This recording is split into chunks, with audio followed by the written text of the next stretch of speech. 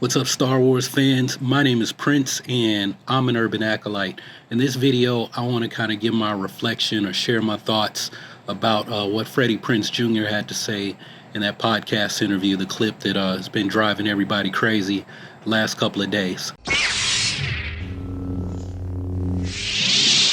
All right, so before I get into my thoughts, kind of my reflection or response to Freddie Prinze Jr.'s comments, just want to apologize to you guys that I've kind of been, MIA the last pretty much most of this month. I'm kind of dealing with some personal stuff that's been building for the last few years.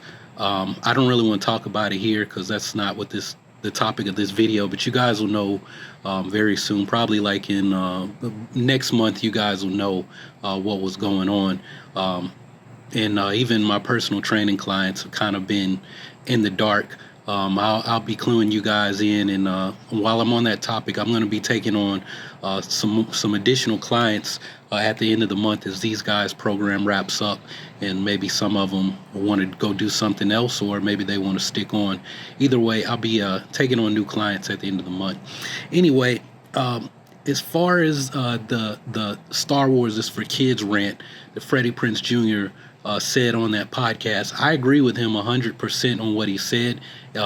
Pretty much everything he said are things that I have been saying here on this channel for years at this point. I guess I've been doing this 3-4 years now, or yeah, something like that.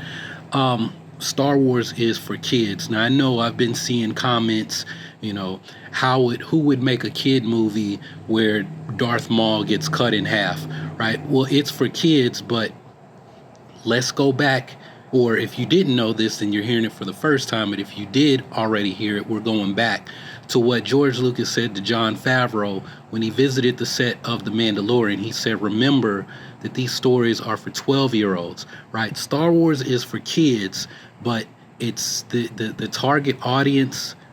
I hate to tell you guys this, the target audience are 12-year-olds, adolescents who are about to be preteens, who were entering adulthood, right? Star Wars is, when George Lucas set out to do Star Wars, one, he wanted to make his own Flash Gordon movie, but he studied mythology, he studied Eastern religions, he studied Joseph Campbell's hero's journey. He set out to tell a modern myth for the new generation of children entering adulthood, starting that metamorphosis, to use mythological terms, that metamorphosis from child to adult. When I was a boy, I did boyish things, but when I became a man, I put away my childish things. That's what Star Wars is about, right? So Luke Skywalker, he's the hero. He's the nobody, the everyman. This is why people connected with Luke Skywalker. Go back and watch Topher Gracie's character on that 70s show, why he admired Luke Skywalker, because Topher Gracie's character was a geek. He was the everyman. He was the nobody. Luke Skywalker's nickname was Wormy, right? Wormy. He was a worm. He was from the dirt, from the dust, right? Nothing special about him except there is, right? Obi-Wan Kenobi viewed Luke Skywalker as the chosen one, and Obi-Wan Kenobi would be literally the wise person on the side of the road. Literally, look at how Obi-Wan was introduced, right? Luke is looking for old Ben because this droid is set on finding some dude named Obi-Wan Kenobi, and he's like, I wonder if old Ben would know anything about this Obi-Wan Kenobi. This droid says he belongs to Obi-Wan. Well, that's a name I've not heard in a long time. Well, do you know? Of course I know him. He's me, right? I don't remember ever owning any droid, right?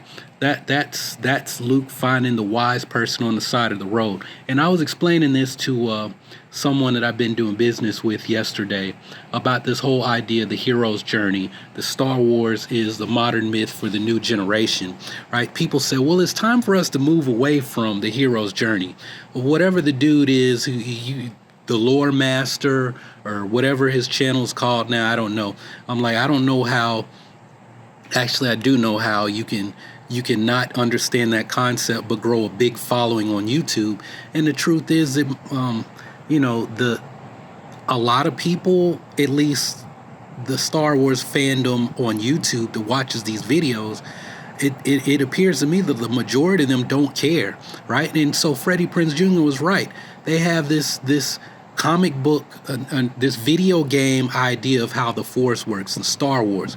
Why did Luke Skywalker die? Oh, well, his manometer ran out and he died, right? That's not what killed him. Mark Hamill said, he overdosed on the Force. I talked about, the Buddha has a teaching about the different levels of cultivation, of becoming of Buddhahood, right? You have the stream enterers, right? But when someone fully enters the stream, they don't come back, right? I said Luke Skywalker fully immersed himself in the stream, and it's hard to come back, right? The person who inspired me with this whole Taoism and meditation and real life Jedi thing, right? He's if you find those of you who know who I'm talking about, if you haven't heard, find his interview. He was interviewed on a podcast in like 2010, I think. And someone asked him, they said, have you ever entered the stream? And he says, I have access to stream at times when I went into deep meditation and I had questions that needed to be answered. But if I fully entered the stream, I wouldn't come back. Right. So sometimes when I talk about stuff in Star Wars, I'm talking about this is based on what I've learned or experienced from the things that inspired Star Wars. Right. So when I talk about how the Force works, hey, man, sometimes I might not be exactly right as far as what's on the screen and what's in the stories and on the pages, according to George Lucas. And I just go with, hey, well, George Lucas just didn't do his homework. This is what George Lucas would say if he knew what I knew, if he read the books or talked to the people that I know, right? But I'm not trying to say I know more than George is. Like, man, I'm just basing things on my experience, and my experience, the things I study and practice, are the things that inspired Star Wars, and that doesn't come from video games. It doesn't come from the Force Unleashed, right? If you want to have those conversations and talk that way, and discuss fan fiction, there are places where you can do that. And the people who do talk about those topics are way bigger than me on YouTube, right? Long time ago, I had a conversation with Stupendous Wave, and I said, I don't want to talk about Legends. And he was like, yo, man, whatever you want to talk about, just do it. Legends, Canon, it doesn't matter. Just make the videos you want to make. And he's right. Make the videos you want to make. But I don't want to talk about Legends and all that other stuff and have people confused. Because one day I'm talking, well, this is Canon. This is the most powerful person here. And then title another video, this is the most powerful person. You're like, wait a minute, but what? And it's like, well, one is based on the story that's actually canon, and one is based on Legends and video games and fan fiction and Star Wars versus videos, that or someone's opinion, and they're just spouting off random stuff that ultimately doesn't matter, right? I didn't set out to talk about Star Wars just to talk about Star Wars. I set out to talk about this stuff and say, hey, this cool thing that's happening in this movie? Well, guess what? You can experience a form of that too. You're on this same adventure, right? Look at the hero's journey. Look at what's happening to Luke Skywalker. Did you know that story is told everywhere? The hero's journey is universal to the human experience.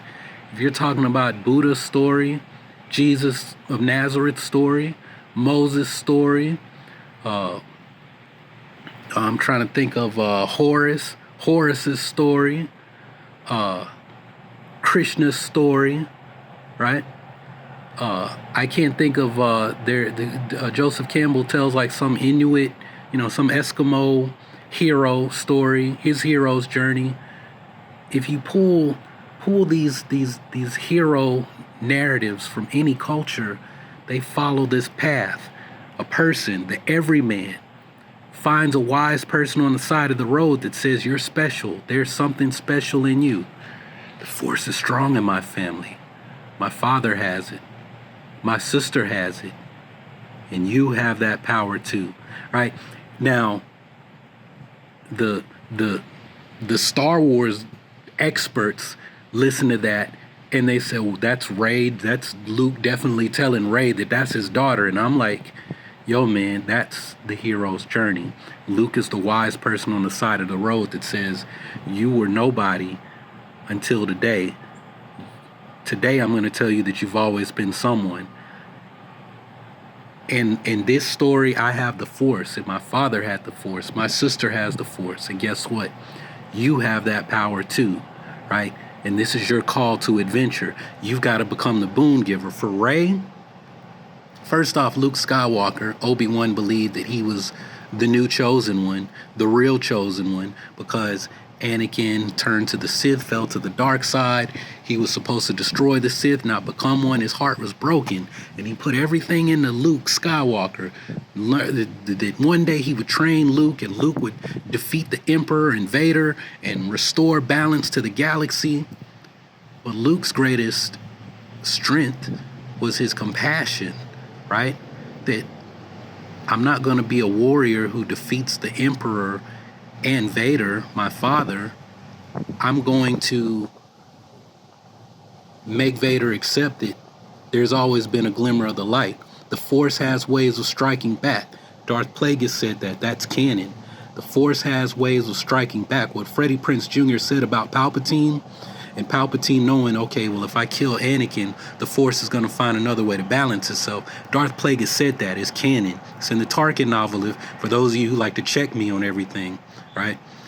Go read the Tarkin novel if you haven't already.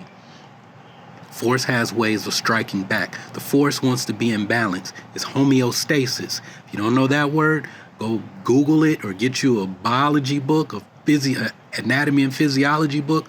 Homeostasis. Your body always wants to find balance. The Force will find a way to balance itself, right? Luke, there was no way that Luke was going to defeat Vader and the Emperor, right? But he restored balance by turning Vader back to the light. The good man, Anakin Skywalker, accepted the truth about himself, and he prevented the Emperor from killing his son, right? And prevented his son from falling to the dark side the same way he did, right? And for a while there was balance, but things happen, right? The dark side, what do the villains do? They always act, and the heroes have to respond. There was balance, and then something else happened, and people say, well, Anakin died, and then the First Order and Snoke, and now Palpatine's back, so he died for nothing. No, he didn't die for nothing, right? What would you say? You catch a cold, right? We got in North America right now, in the United States, there's this cold front that came through. Right here in Tennessee, we were having like 90-degree weather in October, and then it rained a lot the last couple of days, and now this morning it was like 37. People were like, I had to turn my heat on. And then next week when the cold front passes, it's going to be back in the 80s here, right? But so people are going to get sick. So somebody catches a cold today, they get exposed to some germs and the cool temperatures, and then their immune system kicks in, it fights the germs, fights the cold, they get better. And then the temperatures drop again in November or December. They catch another cold. So what do you say? My immune system they did it for nothing, right? You found homeostasis, you found balance, and then something else happened. And you got to find balance again. Your immune system has to kick in again, right? What if when you were a kid and you were learning how to walk, what if you fell down one time and you're like, all right, I can walk. And then you're taking your 3, 4, 5 steps, and then you fall. You're like, oh, I'm not walking anymore. I fell down. What are you going to do? Just start crawling again? You're never going to walk again? You just quit? No, that's what happens. You do something, something else happens. You do something else in response to that, something else happens, right? It's push and pull. It's the human experience, right? It's the experience that's life. That's life, right? And that's the lesson that needs to be imparted on kids, preteens, as they transition into adulthood, that, hey, things are going to happen. Stuff happens in life, and you got to pick yourself up the best way you can and keep going, right? And when you get through all of this, one day you might get old, or one day you've experienced this thing. Now you can pass this lesson on. When you make it through those teenage years and become an adult and a parent, now you impart those same lessons on the next generation.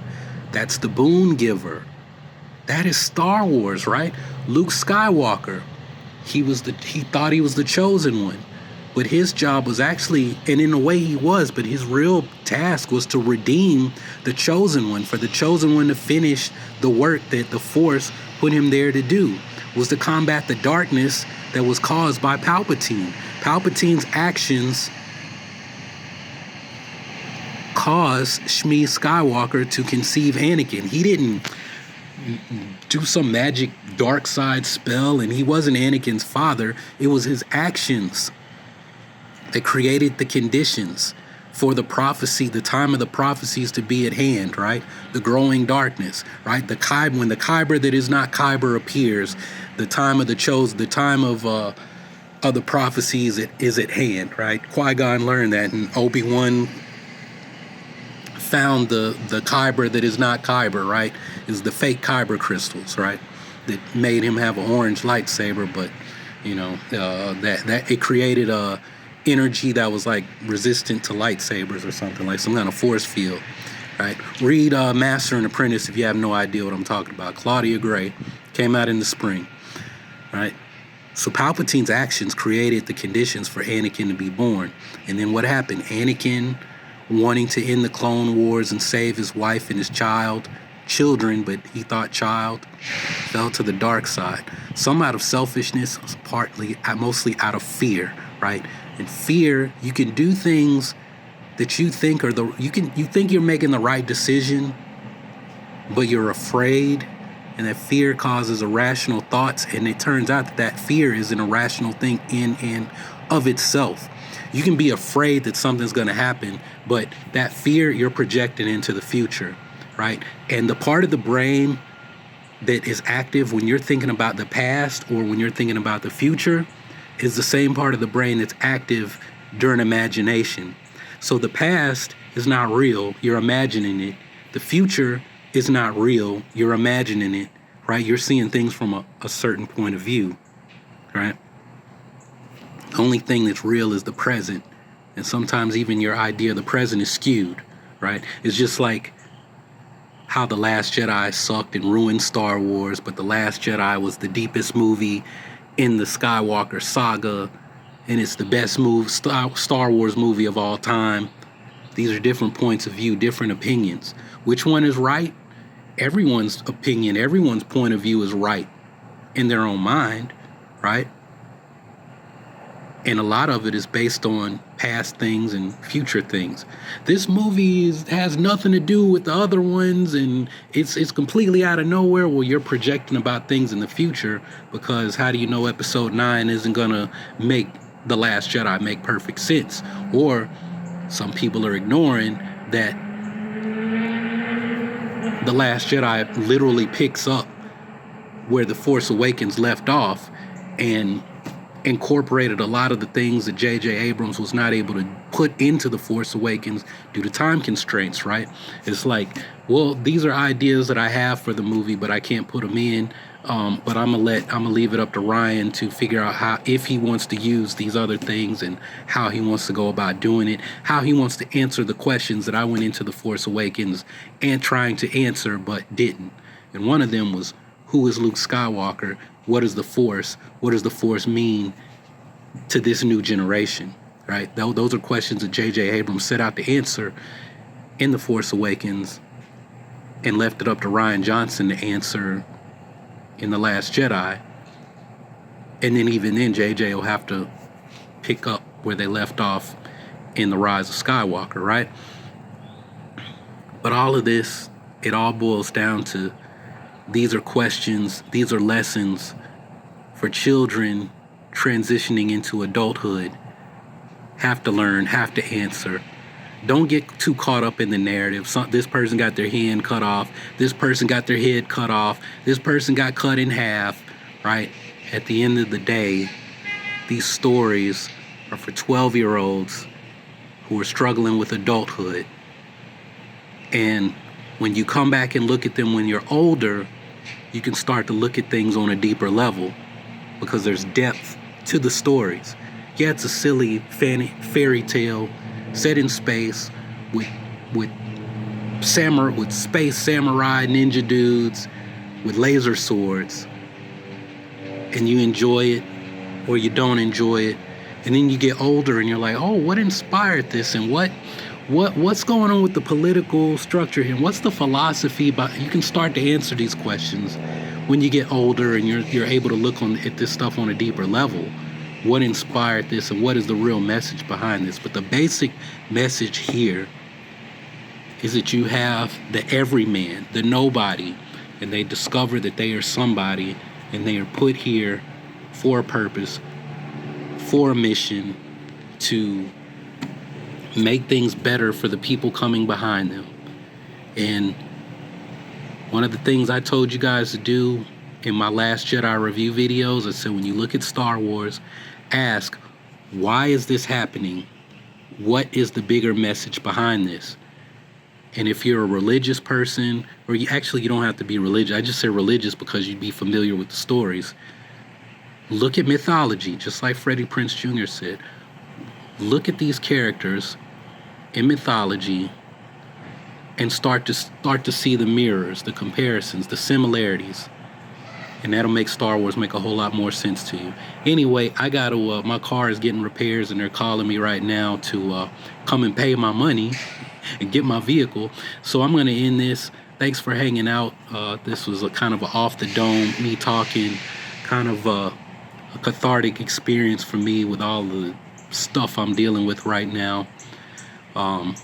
So yeah, I just wanted to wrap with you guys on this topic. Thanks for everybody who was able to sit through all 20-something minutes of me rambling. Hope this made sense to you guys. I will see y'all on the next video. So thanks for watching. Y'all keep on breathing. May the force of others be with you always.